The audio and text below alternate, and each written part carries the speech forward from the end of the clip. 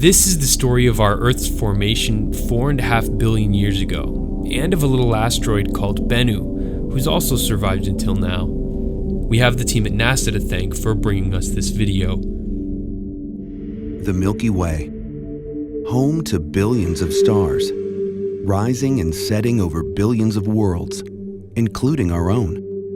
In this vast expanse, how did our sun, the Earth, and the planets come to be?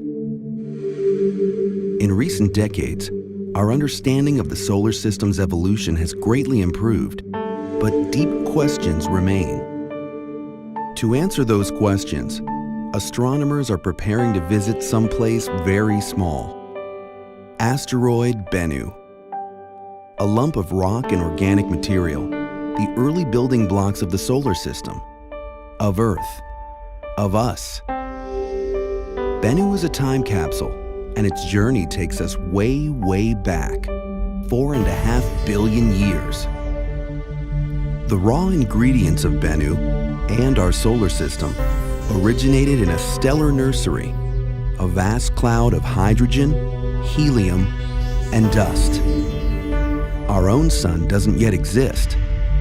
Nearby are hot stars like this one, quickly burning up its fuel and destroying itself in a colossal explosion called a supernova.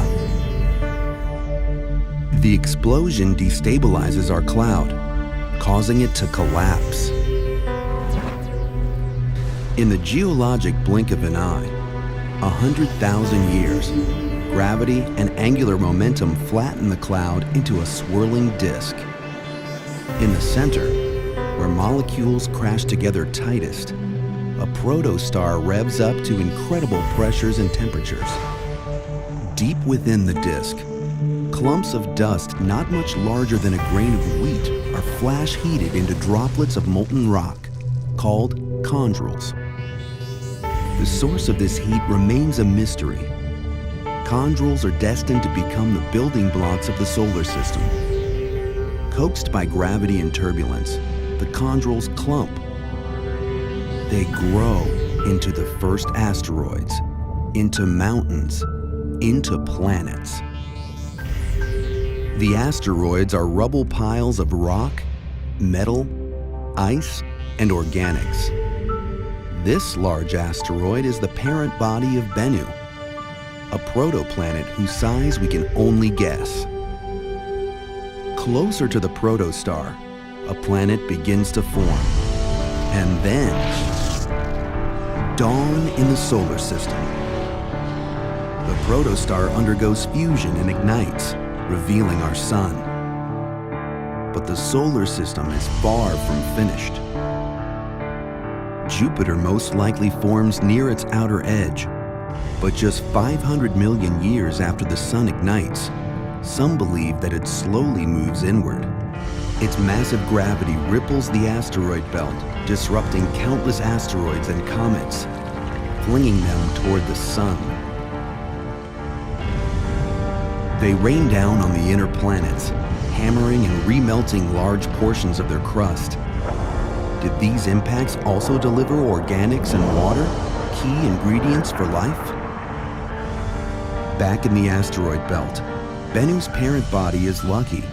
It survives this period of heavy bombardment. The solar system cools and calms.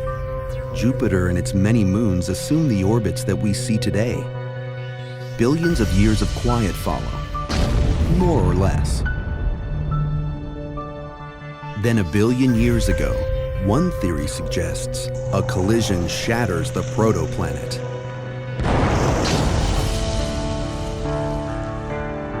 Some of the debris loosely coalesces into a new, smaller body, Bennu. But Bennu will not stay in place. Dull, non-reflective, it slowly migrates toward the sun. Solar heating turns its warm side into a low-intensity thruster. Through millions of years, Bennu's orbit gradually tightens until it interacts with Saturn's gravity, altering its trajectory and hurling it into the inner solar system. Close encounters with Earth and Venus follow. Their gravitational tugs may have repeatedly stretched and reformed Bennu, turning it inside out and pulling off loose material. As a result, it has no satellites of its own, until now. Today, NASA is sending a spacecraft called OSIRIS-REx to explore Bennu and retrieve a sample. Why? Bennu has survived its long journey and settled into a near-Earth orbit, bringing its secrets within our reach. Now it is ready to teach us more about the solar system's history, its formation, its evolution, and our own place among the stars.